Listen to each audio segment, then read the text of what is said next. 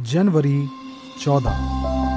हमारी प्रतिदिन की रोटी मिनिस्ट्रीज की ओर से आप सभी को नमस्कार। आज के संदेश का शीर्षक है एक नई शुरुआत, मोनिका लारोस की ओर से।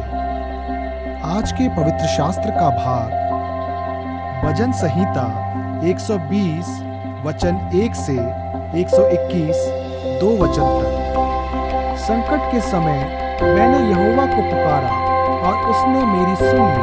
हे यहोवा, झूठ बोलने वाले मुंह से और छली जीभ से मेरी रक्षा कर। हे छली जीभ, तुझको क्या मिले और तेरे साथ और क्या अधिक किया जाए। वीर के नुकीले तीर और जाहू के अंगारे, हाय हाय, क्योंकि मुझे मेशक में परदेशी होकर रहना पड़ा और केदार के तंबुओं में बसना पड़ा है।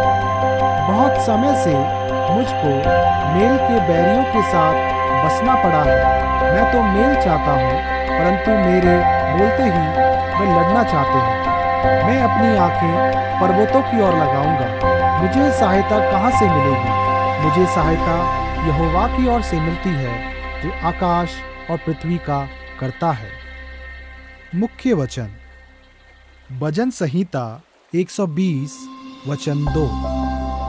हे यहोवा, झूठ बोलने वाले मुंह से और छली जीभ से मेरी रक्षा कर। यूजन पीटरसन ने भजन संहिता 120 पर अपनी शक्तिशाली विचार में लिखा, मसीह जागृति एक दुख भरे एहसास में शुरू होती है कि हमने जो सच मान लिया था वह वास्तव में एक झूठ है।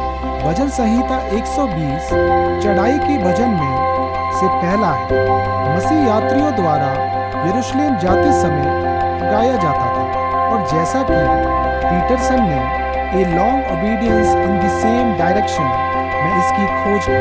ये भजन हमें ईश्वर की ओर आत्मिक यात्रा की एक तस्वीर भी प्रस्तुत करते हैं। वह यात्रा केवल कुछ अलग करने की हमारी आवश्यकता की गहरी जागरूकता के साथ शुरू हो सकती है।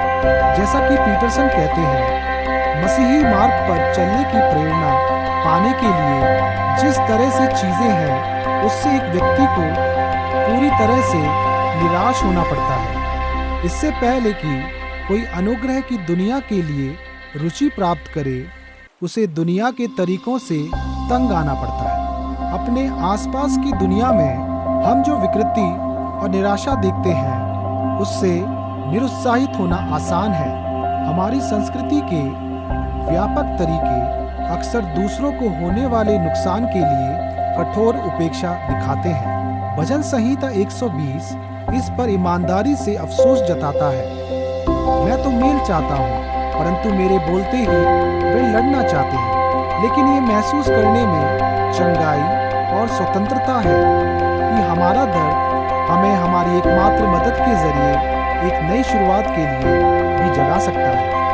उद्धारकर्ता जो हमें विनाशकारी झूठ से शांति निकालकर पूर्णता के पथ में हमारा मार्गदर्शन कर सकता है। जब हम इस नए साल में प्रवेश करते हैं, तो आइए हम उसे और उसके मार्गों की तलाश करें। जरा सोचें, आप विनाशकारी तरीकों के आदी कैसे हो गए?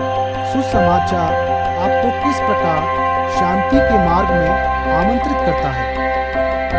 आए हम प्रार्थना करें। प्यार करने वाले परमेश्वर, मुझे आपकी आत्मा की शक्ति के द्वारा अपनी शांति के तरीकों के लिए अभिलाषी बना और उसके लिए काम करने में मदद करें।